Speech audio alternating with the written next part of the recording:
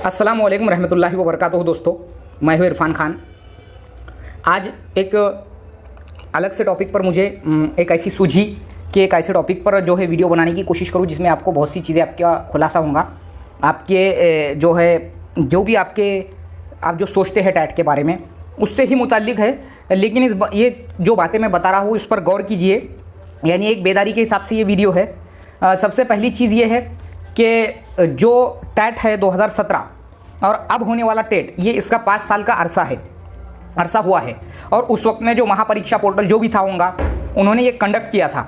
अब ये जो है मैं कंपैरिजन बताकर हमको क्या कदम उठाना है इससे मुतालिक 5 मिनट में बताने की कोशिश करूँगा। उम्मीद है कि आपको ये चीज़ें पसंद आएंगी। अब देखो, जो 2017 था वो 2017 में कोई भी डिफाइन सिलेबस नहीं था। इतनी बात पहली जो पॉइंट मैं बताऊंगा, पहला पॉइंट ये है कि 2017 में डिफाइन सिलेबस नहीं था। अब इसका मतलब आप सीधे उधर मत ले जाओगे सर सिलेबस क्या चेंज होने वाला है क्या। मैं क्या बता रहा हूँ उसको पहले समझो, ठीक है। 2017 में आनंद फानंद में जो भी उन्होंने अभियोग्यता ली उसमें कोई सिलेबस डिफाइन नहीं था, बस जो दिल में आया वो डालते गए वो। तो वहाँ पर ऐसा हुआ कि वहाँ मैनेजमेंट की कमी हमको दिखाई दी। लेकिन दौर बदल चुका है, 2022 आया और तकरीबन जो भर्तियाँ ऑनलाइन हो रही है, इसका मैं रेफरेंस दूंगा। तो आज से 8-10 दिन पहले मुख्यमंत्री जो सीएम ऑफ महाराष्ट्र है और इनके टीम ने आईबीपीएस को और टीसीएस को ठेका दिया है। यानी उनको चुना है कि आप भाई हमारे जो भी एग्जाम्स होंगे ऑनलाइन आप इनको कंडक्ट करो, क्योंकि आप ट्रस्टेड है। जो भी स्टूडेंट्स या जो भी लोग आप पर जो है भरोसा करते हैं उसकी बिना पर, या हकीकत में भी टीसीएस और आईबीपीएस बहुत अप टू डेट जो है कंपनीज है। लेकिन हमारी शिक्षक भर्ती के प्रोसेस का जनरली जो है एक अलग ही फंडा होता है। शिक्षण मंत्रालय जो भी होता है विभाग वो करता है, शिक्षण मंत्री इसको सेलेक्ट करते हैं मुख्यमंत्री की प्रवानगी के बाद, यानी इजाज़त के बाद में। तो अब वो 2017 था, वहाँ पर नियर अबाउट कोई नियोजन था नहीं। अब ये दौर बदला है। अब आईबीपीएस टीसीएस तो हमारी शिक्षक भर्ती लेंगे बोल के ये फाइनल नहीं है, लेकिन एक बात जहन में रखो, कंपेयर करो आप कि दौर बदल चुका है। महापरीक्षा पोर्टल पूरी तरीके से खत्म हो चुका है। पिछली जो भर्तियाँ ली गई थी, जो तलाठी भर्ती हो या उसके बाद में जो भी क्लरिकल डिपार्टमेंट हो, जो ऑनलाइन भर्तियाँ ली गई थी या शिक्षक भर्ती हो, तो उसमें बहुत ज़्यादा झोलझाल या फिर सवालात की नोयत सही ना होना, मिसमैनेजमेंट होना, या फिर जो कि यानी कि कभी कोई एकदम बचकाने सवालात या किसी को बहुत ही ज़्यादा टफ लेवल के सवालात पूछ लेना, और जिसको हम बोलते हैं कि नॉर्मलाइजेशन का फंडा नहीं रखना। ये तमाम चीज़ें बहुत सी खामियां या सिर्फ खामियों से ही भरपूर वो था। इसके अलावा ऑनलाइन में मसाइल वगैरह, जो महापरीक्षा पोर्टल के बंद होना वगैरह वगैरह एक्सेट्रा वगैरह जो भी हुआ, ये चीज़ें सामने आई तलाठी भर्तियों में। शिक्षक भर्ती में भी यही हाल हुआ कि कई जो है वो सिस्टम बंद हो गए, ठीक है। ये एक अलग मसला है, लेकिन मैं मेन जो चीज़ बताने की कोशिश कर रहा आपको कि अब ये 2022 है। अब जो वो कंपनी जो निवड़ की जो उनकी प्रक्रिया है वो चालू नहीं। मैं ये क्लियर बोल रहा हूँ कि भर्ती के चांसेस पूरे हैं, लेकिन हमारे माइंड को मैच्योर बनाने के लिए कि भाई हमको तैयार रहना है, हमारे सामने आगे मंजिल है, और वो मंजिल तक जाने के लिए कुछ जो है उसूल है, कुछ ज़वाबित है और कुछ रास्ते हैं। ऐसे इन रास्तों पर आपको जो है हज़ारों लाखों की संख्या में आपको जो आपके कॉम्पिटिटर मिलेंगे, स्पर्धक मिलेंगे, ठीक है।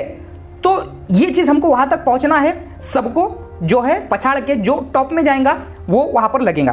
तो बताने की कोशिश ये है कि 2017 में जैसा एक सिलेबस आपको लगा होगा, 110 मार्क का जो है मैथ्स और ज़हनी आजमाइश उन्होंने बोला था। अब यहाँ पर आ जाओ, मैं बताने की ये कोशिश कर रहा कि 2022 में नियर अबाउट जो है तलाठी भर्ती जो अब होने वाली है दिसंबर जनवरी में, वो भी टीसीएस आईबीपीएस लेंगे। महानगर पालिका पुणे में जो भर्ती हुई अभी 285 लोगों की, जो कि क्लरिकल डिपार्टमेंट में था और जूनियर सीनियर क्लर्क थे, उनकी भी जो टीसीएस ने लिया। उसके अलावा बहुत सी भर्तियां लगातार चल रही है, जो कि महानगर पालिका पुणे ने भी टीसीएस को ठेका दिया था। अभी आरोग्य विभाग की भी भर्ती होंगी, वो भी नियर अबाउट टीसीएस वगैरह लेंगी। अब बोलने का मकसद ये है कि तुम लोग इस गलतफहमी में मत रहो कि जो कि तो उठाकर जैसे कि वैसे वो सिलेबस को दे देंगे, क्योंकि वो महापरीक्षा पोर्टल था और ये टीसीएस या आईबीपीएस है। अब इसमें हमको करना क्या है, तुम लोग ये चीज़ पे गौर करो। कभी तुमने आरआरबी का, कभी तुमने स्टाफ सिलेक्शन कमीशन का, या कभी तुमने कोई अलग जो सेंट्रल गवर्नमेंट का डिपार्टमेंट रहता है वहाँ के एग्जाम दिए होंगे, या फिर फिलहाल में जो टीसीएस या आईबीपीएस महाराष्ट्र में एग्जाम कंडक्ट कर रहा है उन पर गौर करो।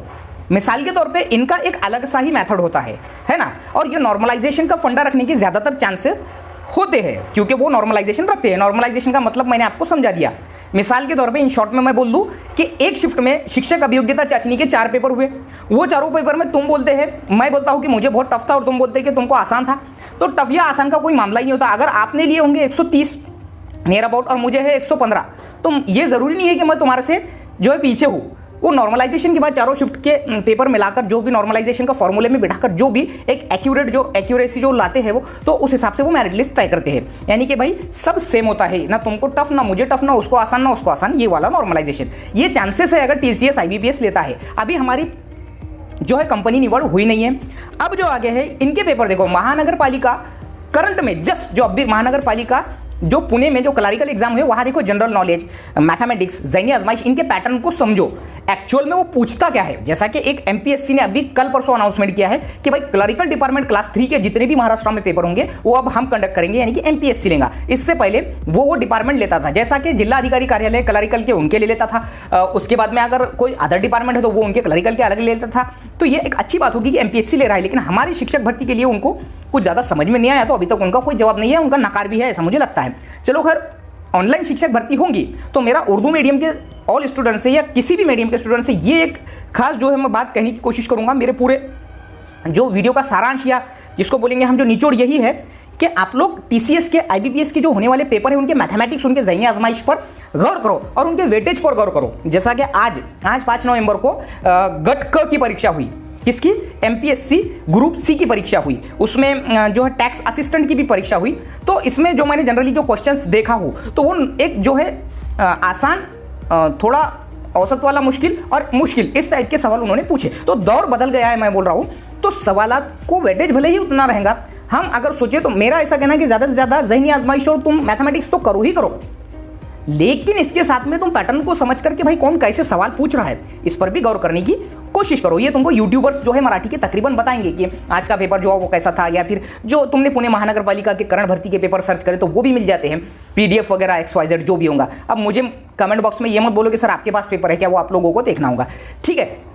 अब ये चीज़ें हो गई। अब यहाँ से हमारी मैच्योरिटी का अंदाज़ा ये लगता है कि हमको इतना सेंस है कि हम एक टीचर बनने वाले हैं, सुपर क्लास 3 की पोस्ट लेने वाले हैं, तो हमको चारों तरफ गौर करके TCS क्या है, IBPS क्या है, या जो करंट में एग्जाम चल रहे हैं, या फिर जो तलाठी के लिए अभी परीक्षा होंगी, आरोग्य की भर्तियों के लिए जो परीक्षा होंगी वो भी सब TCS IBPS लेंगे। तो उम्मीद है कि हमारी IBPS या TCS लेगा, लेकिन उससे पहले हमको ये तैयारी रखनी है कि इनका पैटर्न एक्चुअल में क्या है। देखो ये क्या करते हो, तुमको सीधी सीधी बात बोलूँ मैं तो एक बेसिक फंडा लाते हो, यानी कि बेसिक सवाल, थोड़े मुश्किल सवाल और बहुत मुश्किल सवाल, ऐसा डिवाइडेशन करते हैं। लेकिन जो बेसिक और थोड़े मुश्किल सवालों का परसेंटेज जो इनका होता है ये ज़्यादा होता है, 60% के आसपास, जहाँ से तुम 30, अगर तुमको पूरा हमने IQ और ज़हनी आजमाइश और रियाजी अगर 70 और 30 पूछा उसने मिसाल के तौर पे, वो वैसा पूछेगा नहीं, ये बात भी पक्की है। अब वो उसका डिफाइन कर सकता सिलेबस, ये भी हो सकता। तो ये लोग क्या करते, तुम क्या करो, मैंने जैसा बोला आसान, थोड़ा मुश्किल और बहुत मुश्किल। तो बहुत मुश्किल वाले सवाल आपको ज़्यादा से ज़्यादा वो 30% वेटेज देता है, या 30-35%, और 60-65% तुम उसमें से मेहनत करके मार्क ले सकते हैं, आते हुए नहीं ले सकते, ये बात भी मैं क्लियर बोल रहा हूँ। तो मेहनत करके तुम उसमें मार्क्स ले सकते हैं। आसान वाले को तो हम एकदम ऐसा बस देखे कि जवाब आ जाते हैं, लेकिन उसकी जो ऊपर की सतह रहती है औसत मुश्किल वाली, तो वहाँ थोड़ा हम कंफ्यूज होते हैं। बहुत मुश्किल वाली सतह में हमारे जैसे मिडिल जो एवरेज माइंड जो स्टूडेंट होते हैं वो जंबल हो जाते हैं और वहाँ गलत करते हैं, और यही सेटर की मंशा होती है, वो हमारे साइकोलॉजी से खेलते हैं। रही बात जनरल नॉलेज की, तो बेसिक जनरल नॉलेज पूछता है, मिसाल के तौर पे करंट अफेयर थोड़ा बहुत पूछ लेता है। उसके बाद में जनरल नॉलेज महाराष्ट्र का, भारत का और दुनिया का नियर अबाउट एक आध सवाल पूछ सकता है। महाराष्ट्र और भारत के जनरल नॉलेज पे आप फोकस करो, मेरी अगर मानते होंगे तो मेरे वीडियो भी अपलोड करूंगा मैं उस पर, ठीक है, उर्दू मीडियम के जनरल नॉलेज के लिए। उसके बाद में आ जाओ मराठी ग्रामर, मराठी व्याकरण को वो कॉमन पूछता है, कॉमन वाली, यानी संधि। उसके बाद में हमारा जो रहता, जिसको बोलेंगे सिंगुलर प्लूरल जो मराठी के होते हैं वो, उसमें स्त्रीलिंग पुल्लिंग वगैरह या वाक्य प्रचार और मनी। उसके बाद ये तमाम जो चीज़ें, लेखक वगैरह, ये चीज़ें जो पूछता है। और जो ग्रामर का जो हिस्सा होता है नियर अबाउट वो 20 मार्क का, हमारे शिक्षक भर्ती में 15 मार्क का भी हो सकता है, 20 मार्क का भी हो सकता है, 10 मार्क का भी हो सकता है, इसमें कोई गारंटी नहीं है। अगर 2017 के रेफरेंस से मैं बात करूँ तो ऐसा होता है। इंग्लिश ग्रामर भी सेम वो बेसिक पूछता है, मैंने जहाँ तक TCS का IBPS का देखा है, अपने महाराष्ट्र के जो भर्तियाँ है उसमें स्टाफ सिलेक्शन वगैरह में थोड़ा टफ पूछता है, और रेलवे में भी थोड़ा बहुत अलग पूछता है। तो इसमें और रियाजी की बात मैं अगर करूँ, ज़हनी आजमाइश की बात करूँ, तो जो तुम देख रहे आंखों से तुम्हारे सामने, जैसा कि 5वीं का, 8वीं का, स्कॉलरशिप का, एक्सेट्रा जो भी होगा तुम्हारे पास, वो इसी चीज़ें पूछता है, और थोड़ा मुश्किल और थोड़ा मुश्किल इस टाइप में। तो मुझे बोलने का, मेरा वीडियो का मकसद ये है कि आप लोग इस चीज़ पर गौर करो। ये चीज़ दिमाग में बिठा कर बैठोगे, वो 2017 का पूरा सिलेबस जो है आसान वाले या जो भी होंगे वैसे के वैसे पूछ देगा, आपको पूछेगा, इसमें कोई शक नहीं है। 200 मार्क में से वो नियर अबाउट 100 मार्क तो ऐसे पूछता है, 100 सवाल तो ऐसे पूछता है कि जनरली तुम थोड़ी बहुत मेहनत के बाद उसमें से 60-70 ले सकते। लेकिन बाकी के जो 100 या बाकी के जो 50 होते हैं या 70-80 सवाल जो होते हैं, एक मुश्किल सतह के होते हैं। तो तैयार ऐसा रखो मेंटालिटी को अपने। अदरवाइज आज के वीडियो को मेरे दिमाग में टॉपिक आया तो बताने की मैंने कोशिश करा। हम लोग जनरल नॉलेज की सीरीज शुरू करेंगे वन लाइनर क्वेश्चन की और नफ्सियात की भी इंशाल्लाह हो सके तो। आप लोग इंतजार कीजिए और लाइव वगैरह में भी ज़्यादा से ज़्यादा जुड़ने की कोशिश कीजिए। अदरवाइज वीडियो अच्छा लगा तो लाइक करो, शेयर करो, सब्सक्राइब करना मत भूलो और खासकर ज़्यादा से ज़्यादा उर्दू मीडियम में शेयर करो। अस्सलाम वालेकुम।